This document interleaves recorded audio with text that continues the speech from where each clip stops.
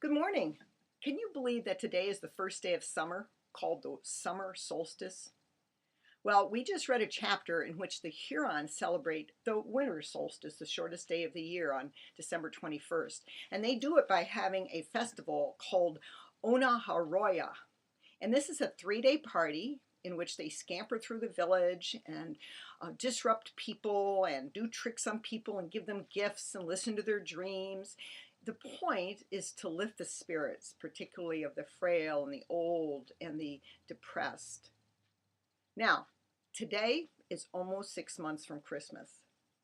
Do I hear groans out there? How many of you find Christmas is a delightful season and you love it? And how many of you find Christmas a burden?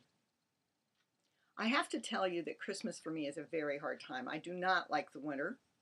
I can tell you I absolutely love Jesus, and I love some of the aspects of how we celebrate Christmas. I love the carols and the words they share with me.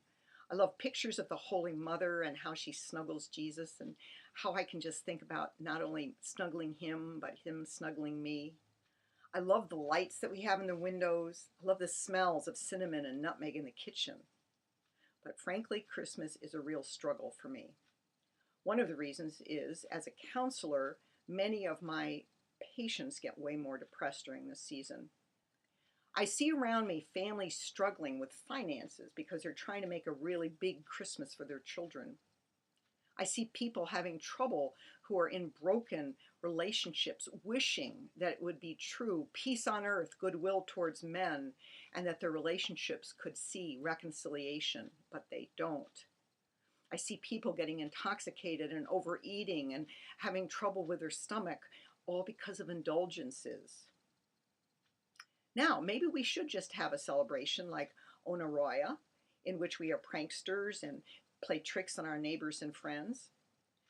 But what I do want you to think about is that there is a true clinical diagnosis called Seasonal Affective Disorder, otherwise known as SAD, no pun intended.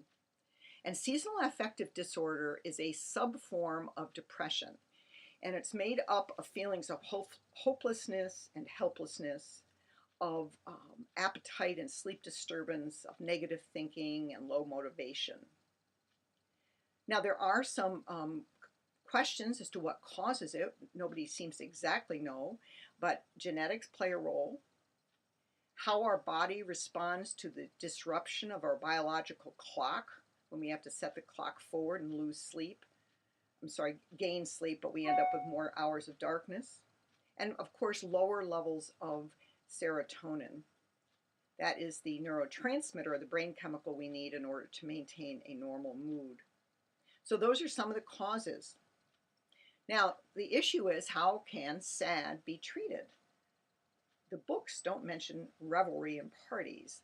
They do mention sitting in front of a light that kicks out lux, L-U-X, luxes, which is a type of light wave that comes from the sun.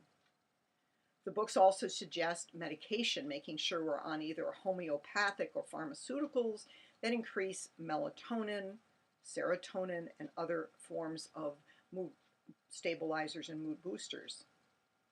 We're asked to exercise more and get outside more, although that's very difficult because my body's aching and cold and unmotivated, and I really don't want to step out into the snow or slide on the ice.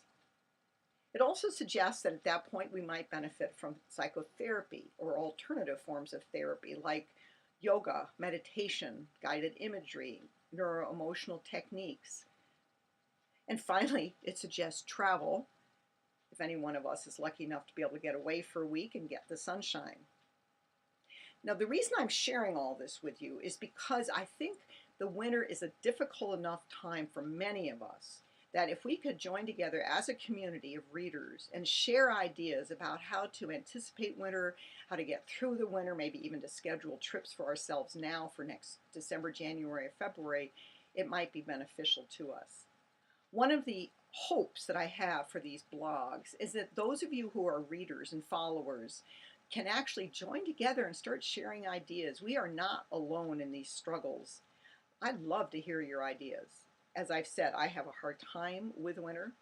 Even though I know the solutions, they don't always work for me. So comment on my blog. Let's get talking to one another. Maybe we can form friendships that will last us into the winter. You might also want to red flag this blog, so come Columbus Day or Halloween, when we see the fact that clocks are all of a sudden turned ahead, we can remind ourselves winter's coming, and these are some things we need to do to make it a better season. Meanwhile, enjoy your reading. We move forward into some more adventures that Madeline is going to be facing, and I can't wait to share them with you. Talk to you next Friday and read my blog on Monday. Thank you.